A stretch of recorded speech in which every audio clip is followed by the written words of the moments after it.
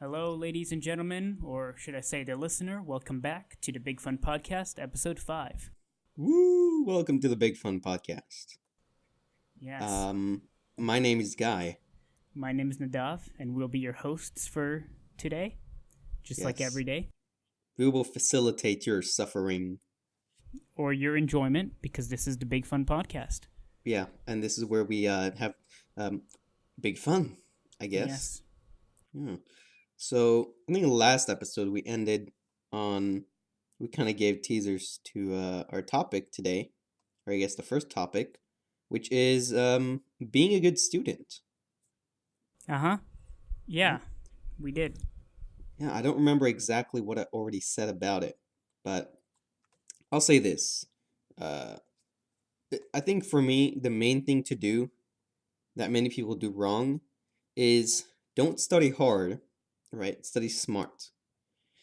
And what that means is, let's say you get homework, you know, and you already know the homework. Let's say you're like in eighth grade and you get arithmetic homework, and you're like, you know how to do arithmetic, hopefully, probably.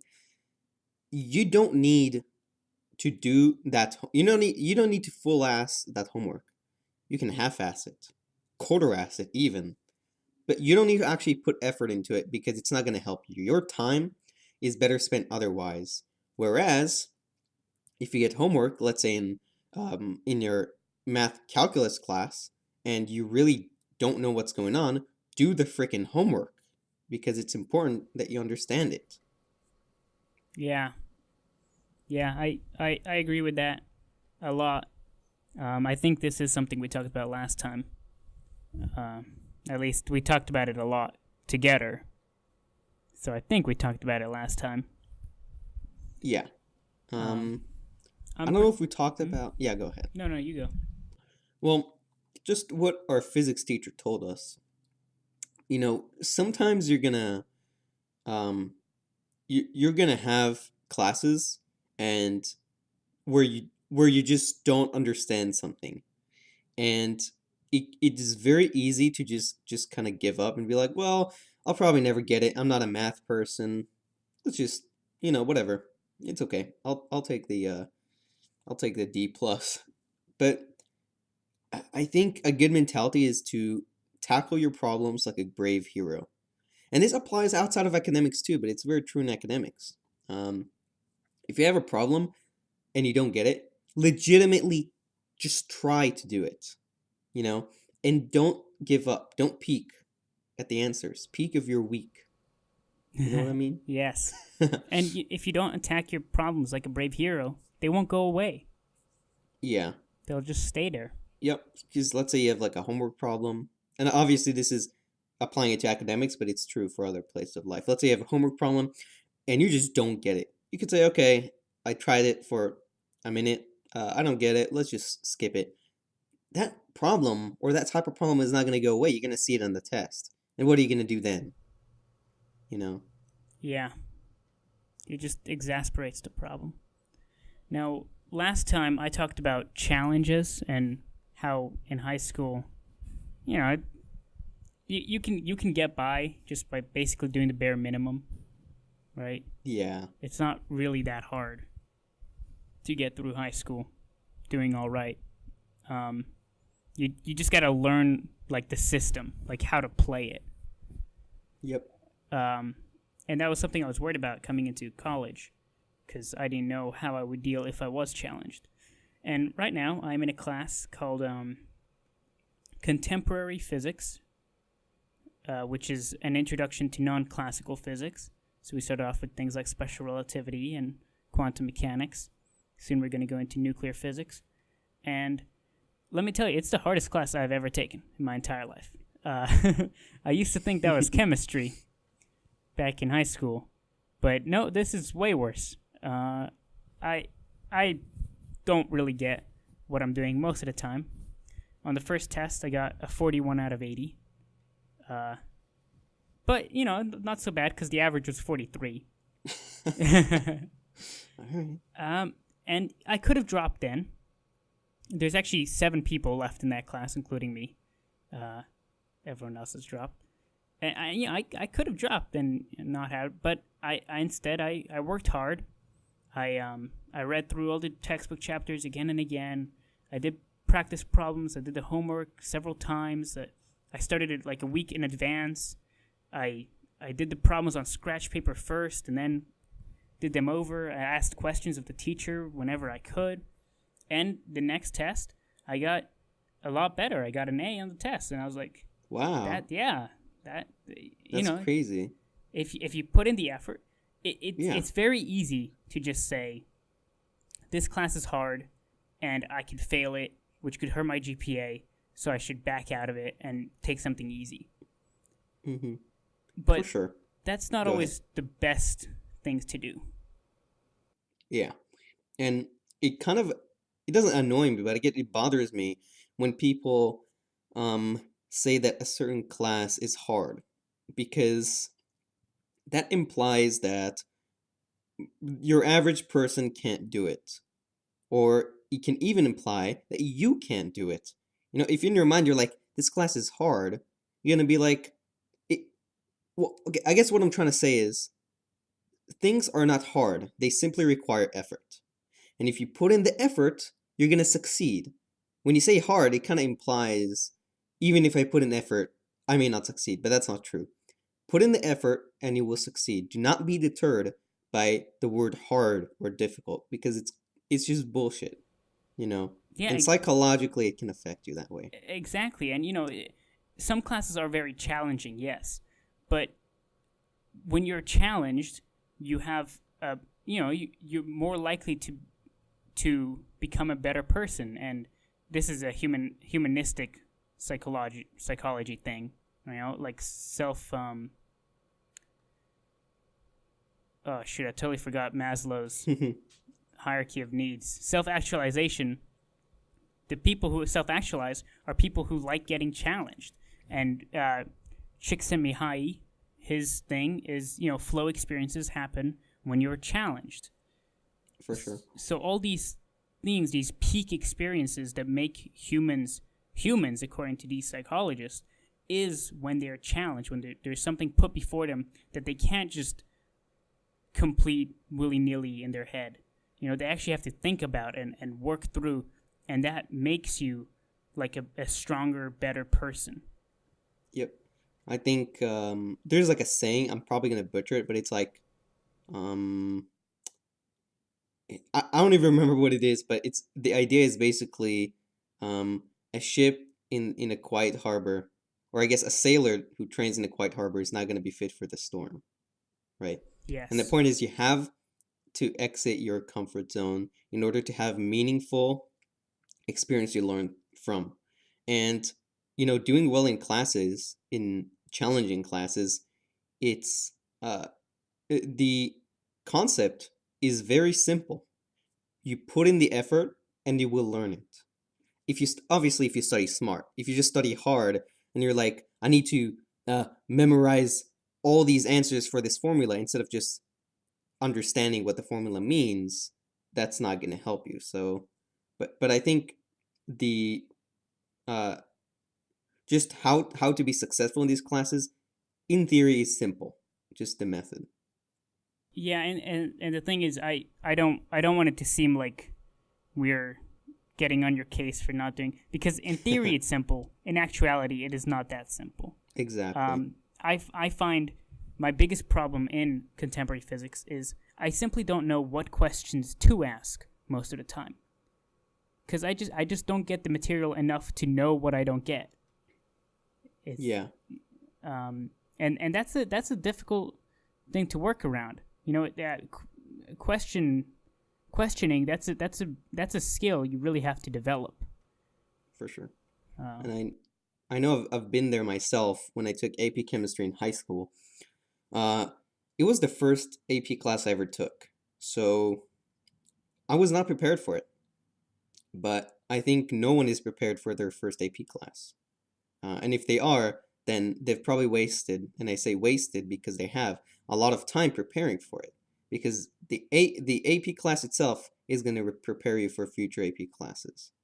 And I think just through the challenge that was that class, I grew so much as a student because there were parts where I was like, I see a problem and I'm like, I legitimately don't even know where to begin. And at the time, I wouldn't tackle my problems like a brave hero, but I learned, I learned that that is something I should do. Yeah. So growth can come even from failure.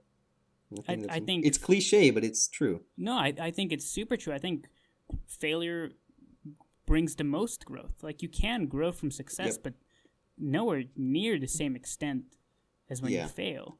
And psychologically, we remember negative experiences more, you know? And I know for me, ignoring psychology, um, or I guess putting it aside, just when I see a problem, let's say I take a test and I get it back, and um, I see I made a specific error, and I'm like, man, that is a stupid mistake. Chances are I'm never gonna make that mistake in the next test.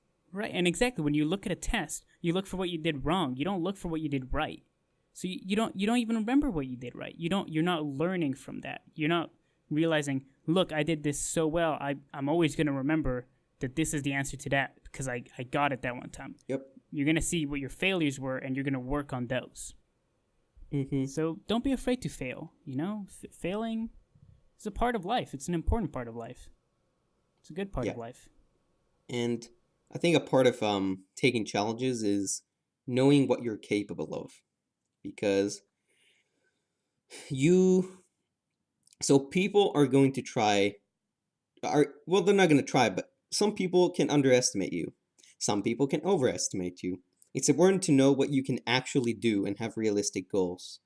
If you go into like a multivariable calculus class and you haven't taken a class above pre-calc, you're not going to do well.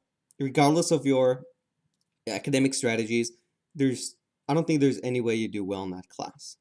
So know your limits, right? But also know what you're capable of. If let's say you have taken that class and you did really really well, but you haven't taken a full-on calculus class. So you've taken intro but not a calculus class, and you want to kind of skip a step. If you think you can do it legitimately and you've contemplated with yourself, do it. I know for me at least, the experience I'm kind of referencing here is it was junior year and before I signed up for my courses, and I was kind of meeting up with the counselor that I've never met because counseling is kind of a joke in the high school where we came from. I had four counselors over the 4 years. Every year was a different one. Yeah, Like, yep, it's pretty bad. yeah. So, anyways, so I was like, yeah, I'm gonna sign up for AP Calculus, AP Physics, all this stuff. And the counselor was like, well, I don't know if you could. It's a very difficult class, and I'm like, yeah, I know. No, it's very difficult. I'm like, in my head, I was like, bitch, please, I'm gonna fucking ace the class, and you're gonna watch me do it. And guess what? I did. Yeah, it was a good Be- class. yep, because I knew I could do those things. Hmm. So even people with more experience can have a false image of what you really can do. You know yourself best, and that's a fact. Yeah. Though I would not recommend skipping straight to multivariable calculus. Mm-mm, Um, nope. Multivariable is hard, but if you have calculus 1 and 2, then it's very easy because it's just Okay. the same thing, but like a generalized for more variables.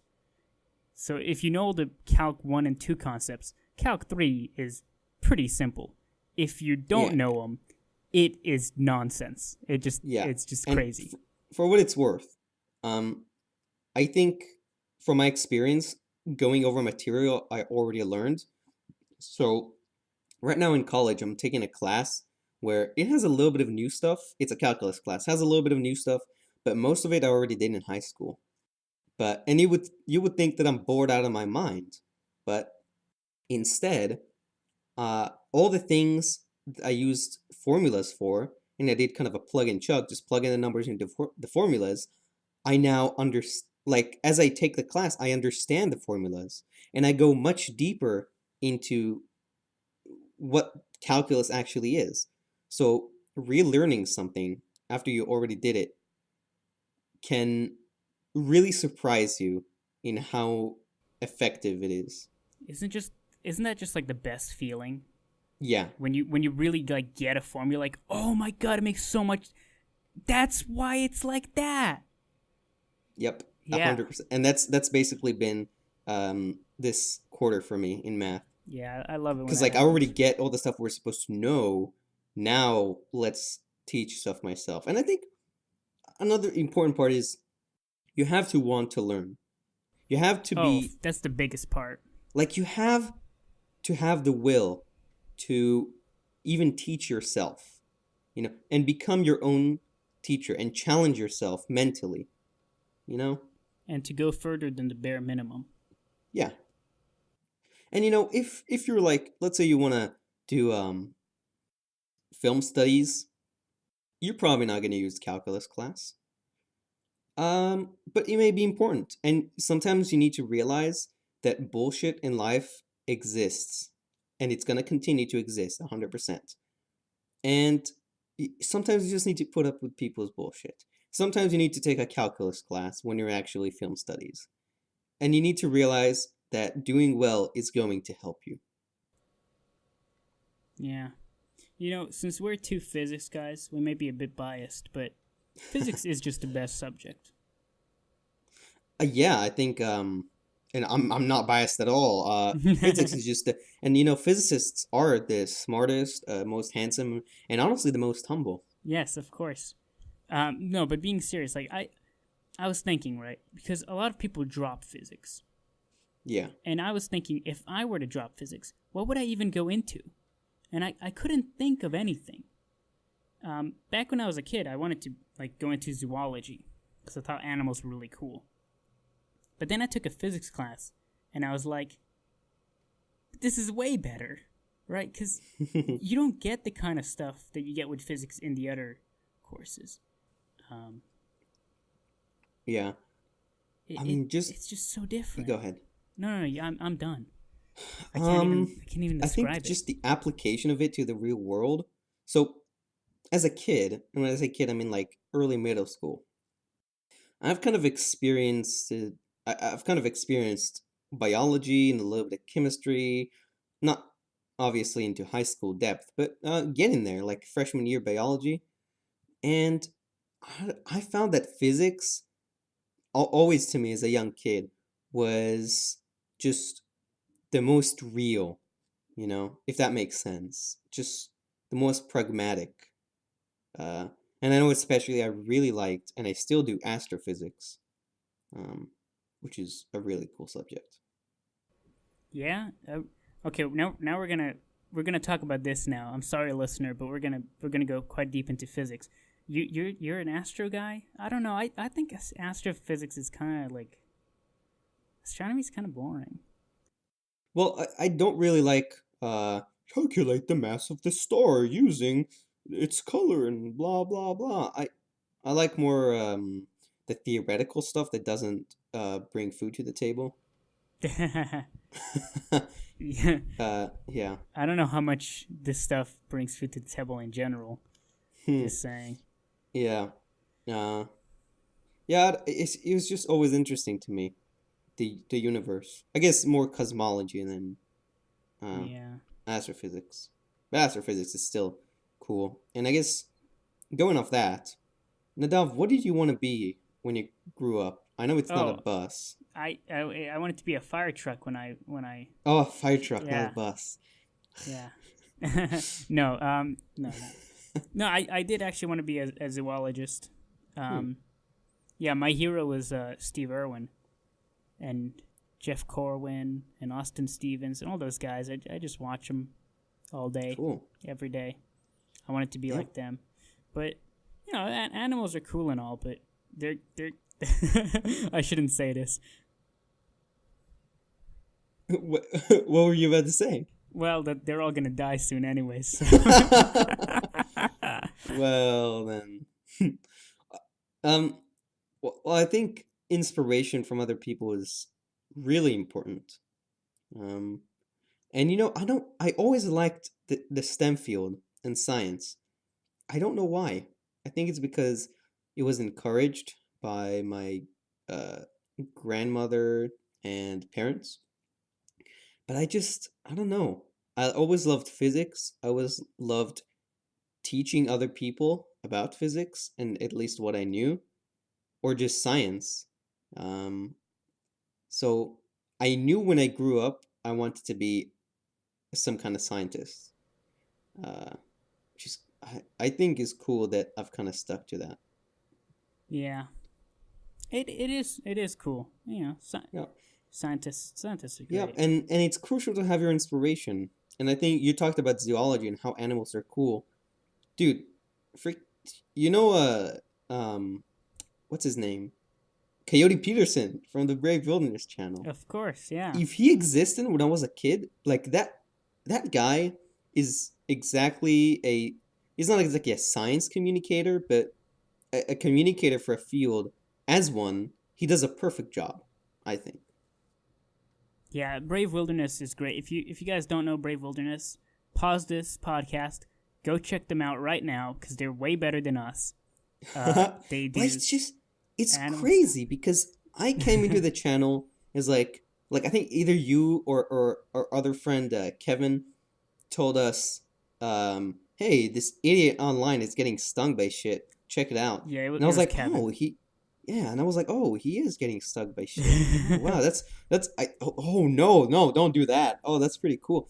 And then I realized, like, I came there for watching this idiot get stung, and I stayed for just his passion for what he does and how cool animals are. I think it's Yeah, really good. the stings really bring people in. Yep. Like he's been stung by basically everything: tarantula hawks, bullet ants, velvet ants. Like it's really nasty. But if you want to see like one of the episodes that just highlights his passion and how much he loves these animals, check out the ocelot episode. The ocelot Mm. episode is still like one of my favorites because uh such a good episode.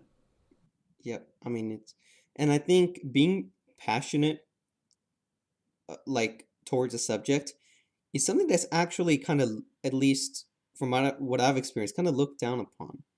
And many people are like, "Oh, weirdo!" Like, "Oh, this guy's the animal to Coyote. He's the animal weirdo." And it's like, I don't know if they're envious or whatever, but having a passion for something to such an extent, and having the will to communicate it to other people is so commendable, and it's a wonderful thing. Yeah, it's really living the dream. Yeah, I think another example is Neil deGrasse Tyson. Like him or not, I mean, look at the guy's passion. Look at the way he communicates with a scientifically illiterate I public. need to sneeze. It's okay, I Okay, can cut never it out mind. in the I don't audio. need to sneeze.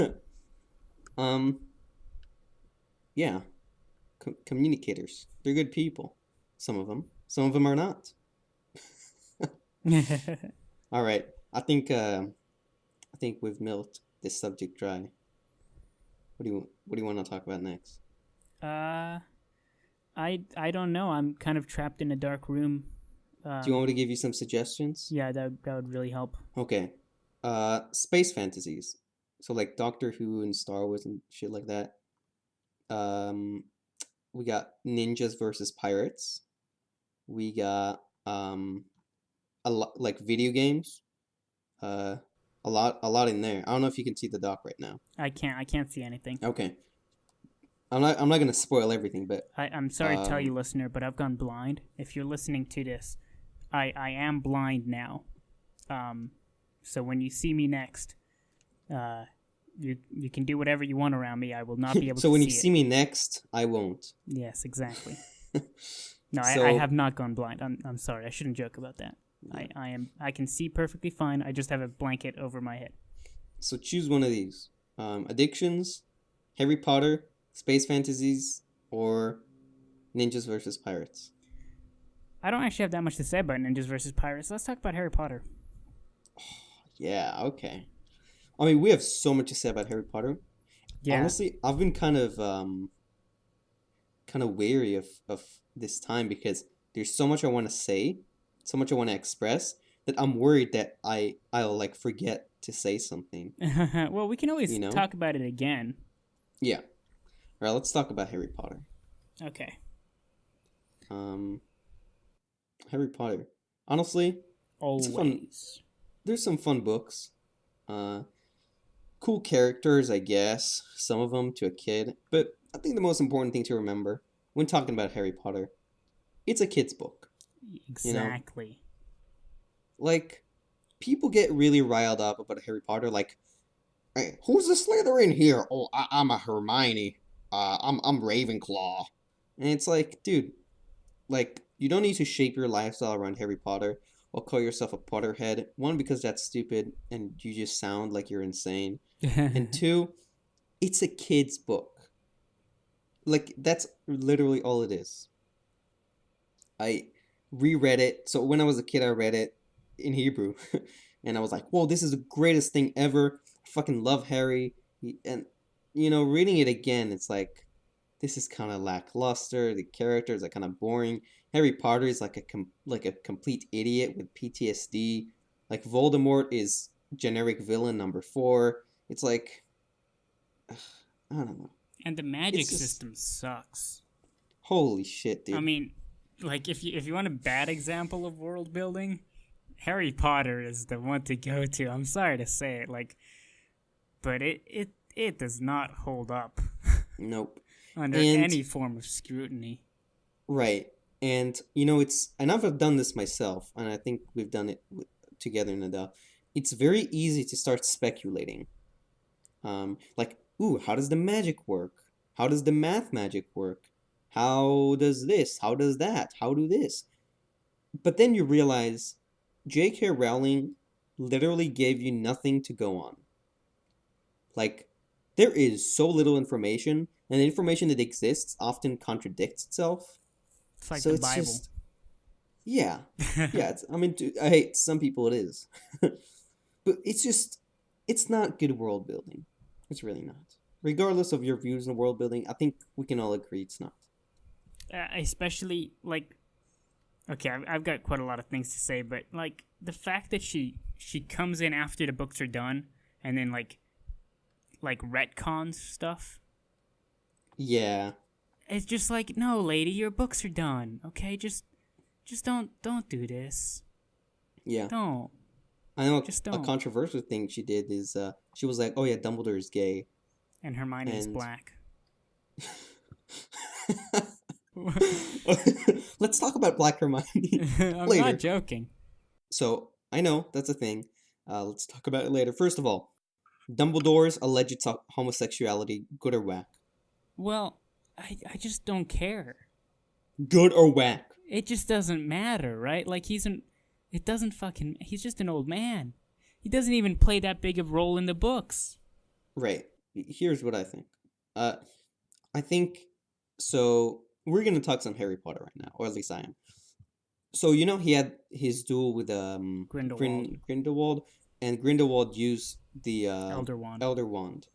Now, what I say is because the Elder Wand is unbeatable in a duel, um, they must have had some like some love interest or some intimacy or whatever. So, what's his name again? Grindelwald. Grindelwald. Yeah, he didn't really want to kill Dumbledore full-heartedly, and that's why Dumbledore won. And I know Nadav, you have something to say about that. Well, that is a quite common theory that Grindelwald and Dumbledore were involved Yeah, because of Aberfort. I don't know, Dumbledore's dude. brother. He tells a story about Grindelwald and Ariana and Dumbledore.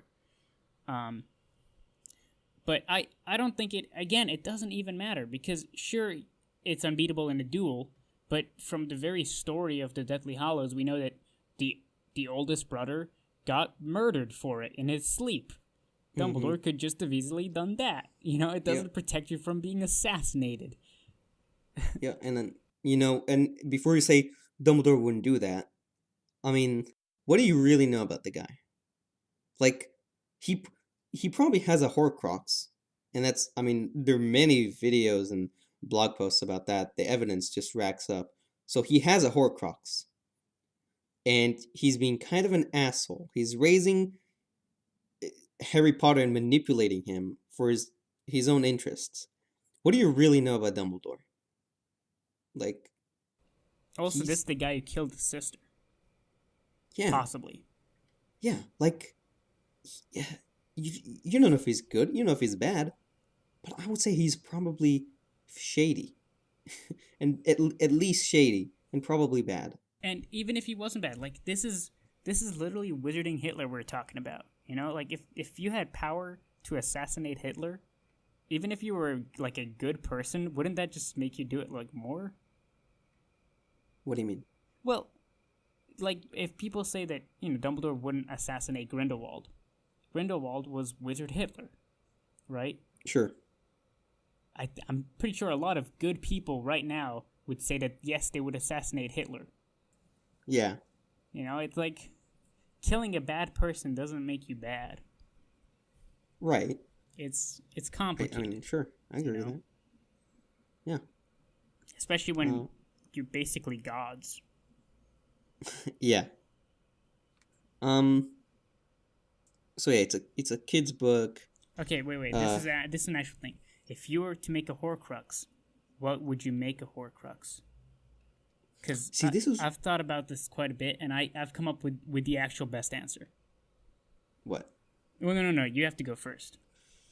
So yeah, I've always been like, why is he making it these like obvious items? Just make it either something like really big or really small. So like you can make it like a sand, like 1 grain of sand, toss it in the ocean. Uh, you can make it planet Earth, you know, Well, I don't know if you can make it the entire Earth, or you know what, make and it just a bunch of helium and release it into space. I'm not sure if it can be a gas, but like it might have to be a solid object that you can, like a stable structure.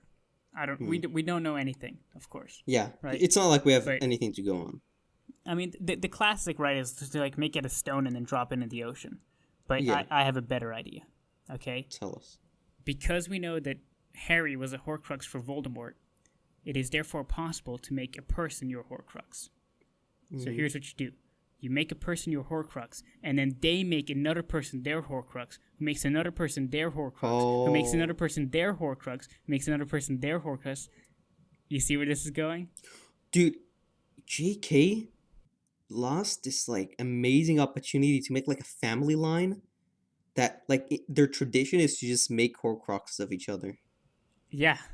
I mean, Like that's so cool. Like that's good world building right there. Like that's cool. uh huh.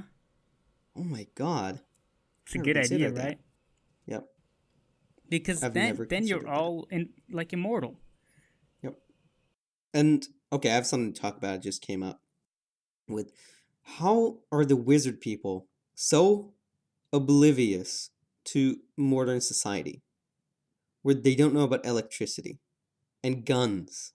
Like in one instance, somebody asks, like, "Oh, what's a gun?" And they say, "Oh, it's a metal stick that non-wizards use Wand, to kill each other." metal wand Sorry, wand. And it's like, that Muggles use. Yeah. yeah, dude, what are you talking about? Like, Well, guns are way more effective than this shit. I think it's because, for one, they're really long lived, right? So their society moves a lot slower. Hmm. So that's one. So they're, like, and when guns first came about, they weren't, they were not as efficient as a wand, right? Right, Because a musket, you spent like 5 minutes loading it for one shot. right. So they probably weren't really worried about it back then. Hmm. And when one of them would hear, oh, the Muggles have new guns, like, well, do I really care? I'll just magic I them away. guess. Well, it's just like, how can you be that oblivious? Well, they're Like, they're what is this, North Korea? their head of their department for Muggle affairs is just for one insane, but for two knows nothing about Muggles. That's why Yeah, they don't let fresh blood in. They're all yeah. inbred idiots. One thing that bothers me in general about magic and worlds, and that's definitely the case in Harry Potter, the saying powerful wizard gets thrown around a lot. And it's like, I really want to know what makes a wizard powerful. Oh, Harry is a very powerful wizard. Right. And people told me it's the JK said it's the power of their emotions. That's kind of a bullshit answer. Really? So you're sometimes a powerful wizard. Wait, she said that? Yeah. Oh. She said it's how strong your emotions are. Wouldn't that make Voldemort like really, really powerful? Because he He only is. feels hate? He is really powerful. Then how would anyone beat him? Right. Well, you could say Dumbledore's sense for justice is large. Yeah, but his feelings aren't as strong. Right. It doesn't hold up. Right. Yeah, and it's like what? Okay, what if I like somebody like really angers me and I'm like, dude, fuck you. Like, am I at that instance a really powerful wizard and then a minute later I'm not? Like, well, maybe it's your convictions, the strength of your convictions, right? Not your emotions at any one instant. But that's so subjective. It is, but perhaps every wizard has the potential to become very powerful, right? But it's only if you believe in yourself and want something really, really like. If you want something a lot, then you let more magic through you. I don't know. It's just conjecture. Well, I have an entire theory for the power of wizards. Is it gonna be in the description? I don't even know. Should it be? Probably not. Probably not. I mean, maybe one listener, half a listener is gonna be like, "Well, I kind of want to see that." Probably not though. I'll hide it in the description. How about that? All right. You know what we should do? We should talk conspiracy theories. Ooh. Because we haven't for 2 episodes. So yeah. we said we would make it a weekly segment. Yeah. All right. Do you want me to just hit you up? You can go first. Sure. I did the last one. Okay. So get ready. So this theory says that your pineal gland, which is a very small section in your brain, gives you and other humans psychic abilities. But the government realized this and put fluoride in the water to suppress everyone's psychic abilities. And without them, we will all be psychic, 1, and 2, mutants, like in X-Men. Well, see, I know that if you decalcify your pineal gland and open your third eye, right? You can become, an unstoppable spiritual guru. Yeah. I don't know. This sounds pretty real. Unfortunately, it is. Yeah. Yep. Yeah. I mean, yep. Okay, I got one for you. Go ahead. So the American government has weather weapons that they use to create floods and tornadoes and hurricanes and stuff, and they use these to keep the American people down so they don't worry about what the politicians are doing. I'm gonna say true. Yeah, it is. It's an Alex Jones one. Dude. People also say, now I'm giving this up. People say Israel is like weaponizing animals. Sharks. Yeah, sharks and vultures. Yeah, and also weaponizing weather. Yeah. So, I got one for you. All right? Yeah. J.K. Rowling doesn't exist. I know that one's real. I've seen that damn one. It. Okay. Okay. Here we go. So, South America doesn't exist.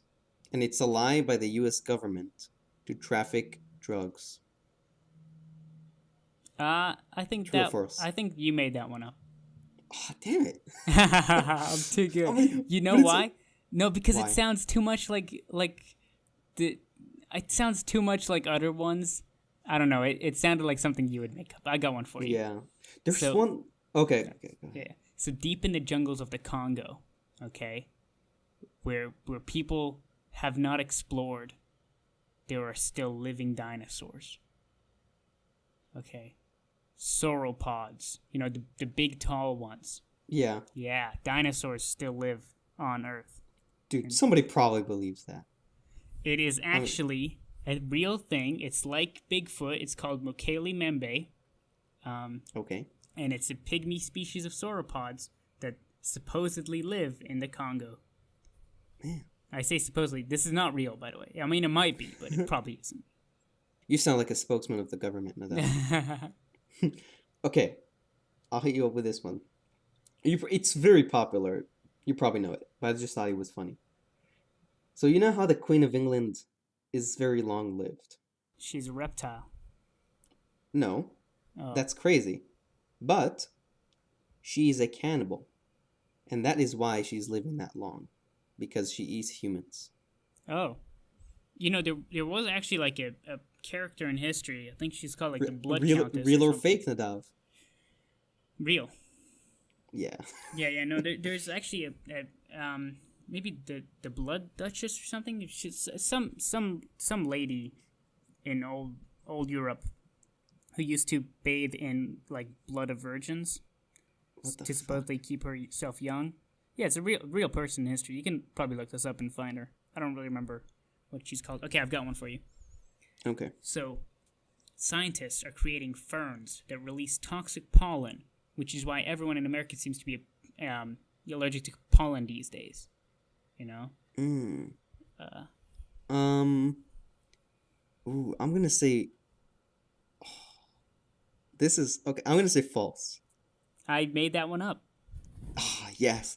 Yeah. See, I'll tell you why. Because it's not like large enough. When people make like these theories, they tend to be on a global scale, and like this isn't. It's not big enough. Well, I was you going know? for like an like America is the only country that matters thing. Okay. Yeah. Well, I got one for you. Okay, go for it. So you remember the ice bucket challenge, I do. and you remember the Tide Pod challenge. I do. They were all perpetuated by a secret church online of Satan, and they were all satanic rituals. Is that it? Yeah. You made that one up. No. I Really? didn't. Yeah. Yep. Wow. Yep. You can That's Google really it. stupid. Like ice bucket challenge, satanic ritual, stuff like that. Yep. Okay, well, I got one last for you. Okay. So, some people aren't really humans, right? They are. Yeah. There are lizards, but they're not aliens. Okay. Makes sense. They're instead of evolving from great apes like we did, they Mm-hmm. evolved from the Trudons, right? From the Cretaceous period, and they pretend to be humans, but they're actually hunting us and using us as livestock. True. True. I made that one up. Damn it. Yeah. See, I was like, okay, misinterpretation of science. Check, check, check, check, check, check. True. You know? Yeah, I figured you yes, that's why I saved that one for last, because I figured I'd get you with it. Darn it. All right. So we got like 20 minutes left. Yeah. I guess we just did Harry Potter. Probably talk about it later more. I guess we could talk a little bit about space fantasies, if you have anything to say about them. I don't really think I have that much to say. All right. Well, I'm just gonna say this. Star Are you Wars saying something? is whack. Oh shoot! Like- you completely cut out for me, so I don't know what you said. But Okay, will agree I with said Star Wars is whack. you. Okay. Yeah, because it's it's pretty much generic in that the plot sucks, the characters suck, and it's not a sci-fi, it's a fantasy. Okay. You agree with that? I mean, I think it can be kind of fun. I mean, it's stupid, but it can be kind of fun. Yeah. Yeah. Well, But some yeah, people, it is fantasy. some people like follow it religiously. They Yeah. have like Star Wars T-shirts and Star Wars desktops, and you know. People do that with a lot of things. Unfortunately, they rarely do that with the things they should be doing that for. Yeah, but I don't know. It's become such a big thing, and I don't get it. It's called herd mentality. You see. Yeah. It's very easy to join a group that has something in common. Mm-hmm. And the more you talk to people who have that in common, the more you increase that attribute of yourself to seem more welcome in that group, to be more desirable. Okay. Um, let me just. I'm just gonna say to clarify, sci-fi versus fantasy.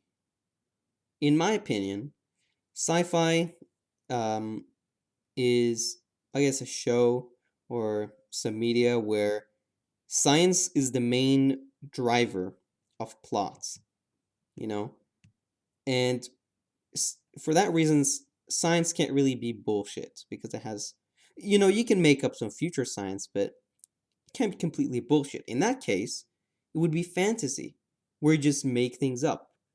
And it's just, I think Star Wars is a space fantasy where, just make made up technology and superpowers. Yeah, Does I that make get it the inherently thing is, bad?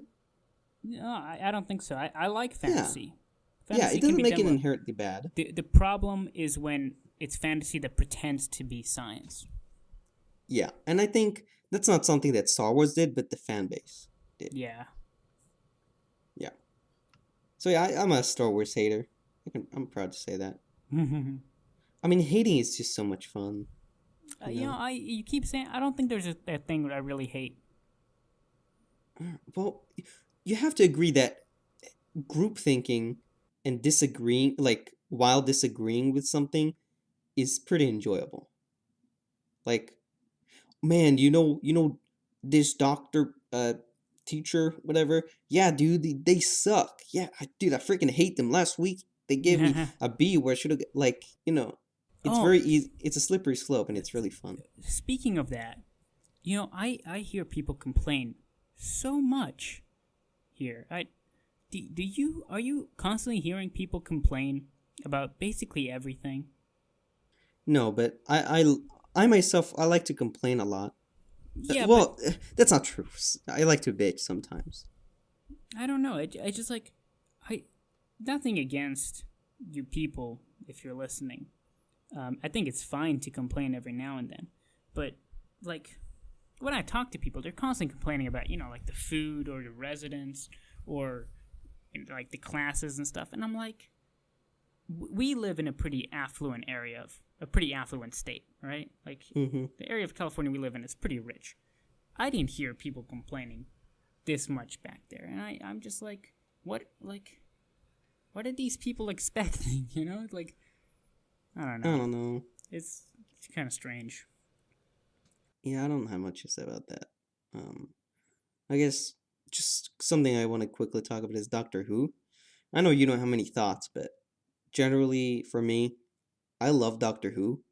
Now I know it's fantasy, and I know it's cheesy as fuck, but it's kind of fun. In its own way, it's kind of fun. David Tennant is the best Doctor. It's kind of fun. And like, yes, it's problems. Like the Doctor is a pedophile, and only now we have a woman doctor, which is statistically very unlikely. Yeah, a bunch of other stuff and criticism, which are legit. But I think overall, Doctor Who is fun. Oh my god, they're making a woman doctor. Ugh, such an Yeah, awful show. I can't believe they're man, doing this. how I how could they make a woman doctor, I dude? know, What right? Like, God, it's a time what lord, blast? not a time lady. God, God, like, oh my God. Sorry. It's getting a little don't they know that like they're already making Thor into a lady and like all these superheroes? We Wait, don't what? need more. Yeah, you don't Wait, know. wait. They're making Thor I'm into not a even lady? joking. I'm pretty sure that's true. Thoria. Cool. I guess, Yeah. dude, fucking Marvel and the Avengers, I don't give a fuck. But like Infinity Wars, who Yeah. cares? Like, we talked about this before. We don't care. We don't really. Um, I guess going back a little bit to being a good student, a little acute turn here. What do you think about managing stress? I don't really get stressed. Okay, I'm Nadav. I'm a pretty bad person. Yeah. Response number 5. Yeah, I am kind of like a robot. Uh, I You're don't know. emotion intolerant. Yeah, it's just like I don't really stress because I know that I'll always get whatever I need to get done, and I'll always Mm-hmm. do well enough if I put in the effort. Yep. I think stress is a big thing, especially where we were, I guess, and I am. And I think in let's America in general, it's pretty yeah, bad. if I have like 5 tests in the next week, I'll be anxious, but in very short periods, because I, like I maybe I studied if I needed to, but the fact of the matter is I'm gonna go there and I'm just gonna do my best. Like that's See, exactly, and like I'll complain to people like, "Oh, I got so many tests coming yeah, up, and like I got so much work," but I won't really like, I won't yeah, needlessly worry because I know I'm gonna get all my work done.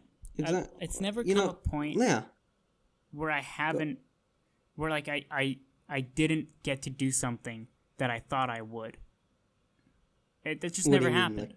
Well, scheduling wise? yeah, like I know what I'm capable of, as we talked about before, right?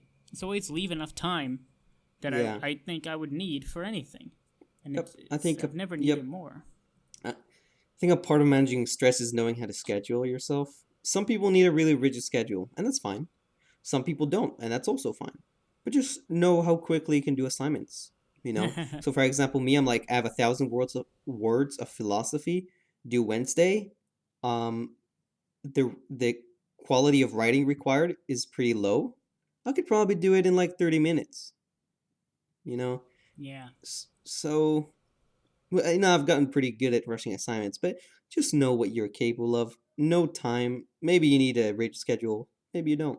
it's like a lot. I found a lot of people here like really need like a schedule they keep to. Like people have really bad time management And skills, yeah, and we have like a intro to the college course that we all have to take, and one of the days we went to the academic center, right? And like there were these sheets we had to do that were like um a weekly oh thing, my God, like that's the worst. when you have classes, when you should put time for sleep, when you should put time for work, when you should, it's like Yep, I didn't do them because I keep all this stuff in my head, right? I just like exactly. I know, okay, on Wednesdays I've got German and calculus and psychology, and I've got to do this and that, so I'll do it these days and these days. Boom, I'm done. It's like it's that Yep. simple. I hate it when people hold my hand when they don't need to. Like it's almost condescending. And it You know, slows you down. it slows you down. And can I bitch a little bit here? Go for it.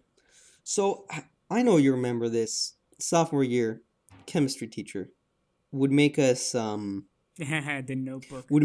make notebooks for like chemistry, and every page we needed to glue into the notebook, and we needed to give it a table of contents and number it. And I was like, dude, I'm in high school. What the fuck is this bullshit? I'm in chemistry class, not like arts and crafts. And then she was like, well, some people find it helpful when they have all these things organized. And I'm like, okay, some people, right? Some people have walking disabilities and they need wheelchairs.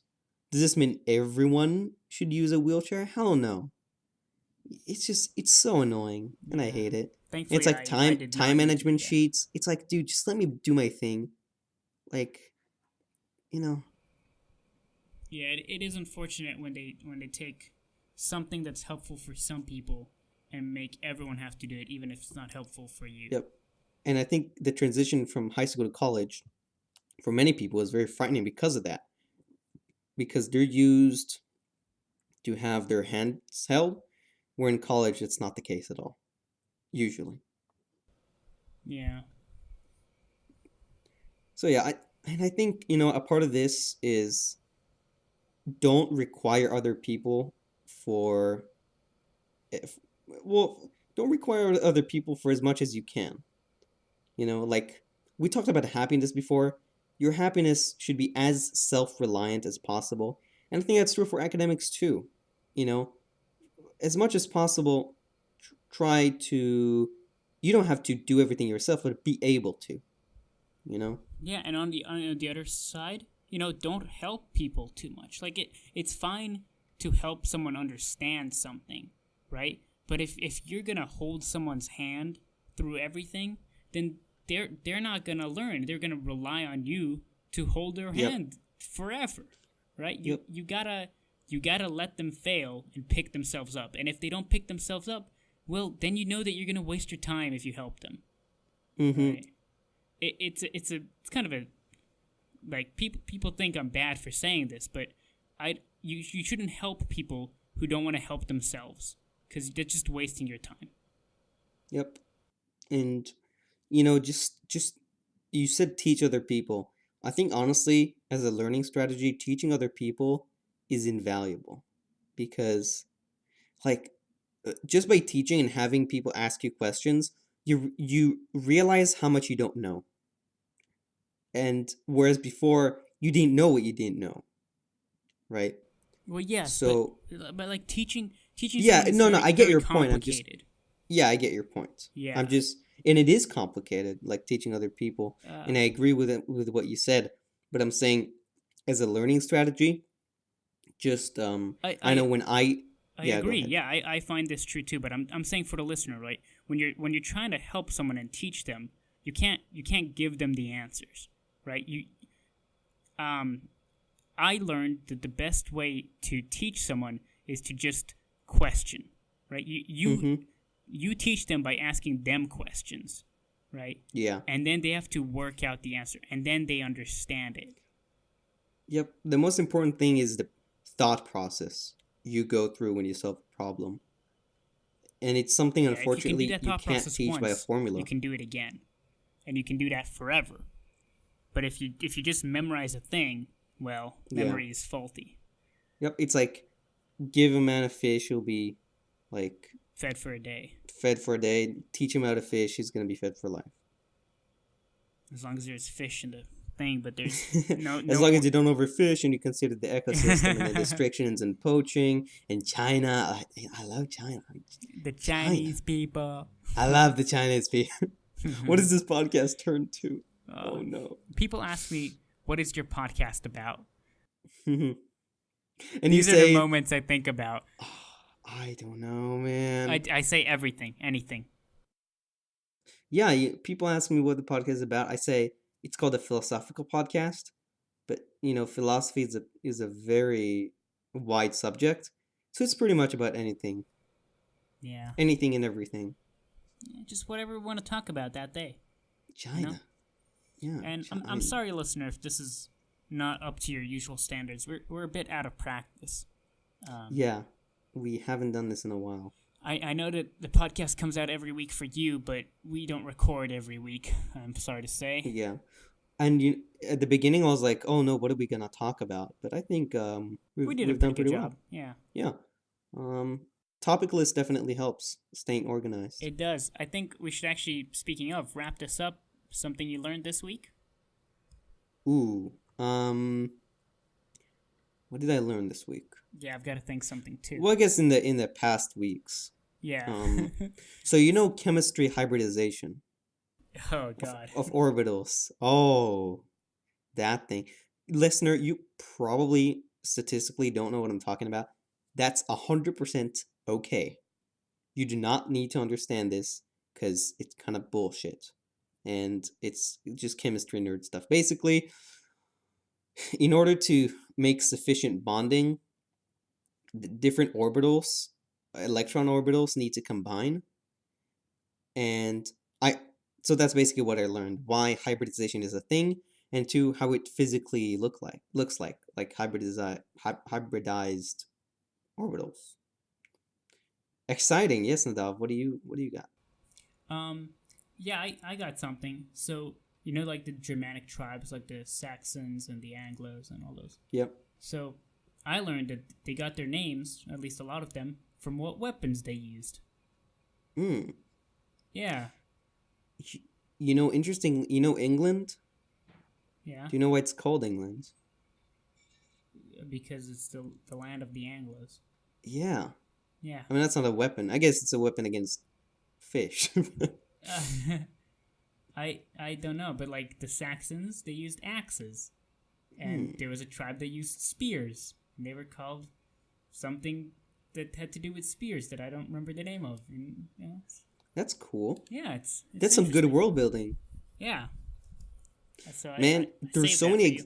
there's so many examples of in Earth of really good world building, but also really bad world building, which is kind of funny. Well, because the world is a really stupid place sometimes, It is a really stupid place. without meaning. It's a bad story. When something like scary happens in the real world, there isn't like da da da da Right. da. It just happens. It's like out of Yeah. nowhere. There's no build up. It's just Yep. Um, yeah. This has been a pretty good podcast. Let's wrap it up. all right. Listener, thank you so much for listening to the end of the podcast. Voice crack. Thank you very much for listening to the end of the podcast. If you made it this far, you probably enjoyed, I'm guessing. Otherwise, I don't know what you're doing. What do they need to do, Nadav? Leave a like, smash that subscribe button, hit the bell, Smash. type in a comment, share it with all your friends, and just Mm-hmm. tell us how good a job we're doing for keeping this up. Five Yeah, tell us how episodes. great we are. That is great.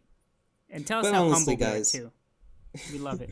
honestly, guys, if you have anything you want to share with us privately, you can always email us. That's always in the description and always every video. Yeah. Feel free to comment. And this could be anything from like topic suggestions and whatever. Yeah, give us And actual like queries that you have, and we'll solve your problems for you. We'll attack your problems like a brave hero for you. yep, we're Right? gonna be your campaign buddies. We'll model it for you, so you can observe and learn. Yep. And if you have any high school physics or chemistry problems, hit me up. I mean, at some point, I'm gonna get too many, like two, and I'm not gonna do it. But Oh yeah. just having one listener, I think it's okay. This outro has been going on for too long. Thank you very much for listening, and actually share it with a friend if you enjoyed. I know that really helps us. Leave a like. I don't know how much that helps us. Thank you for Bye listening. bye. See you.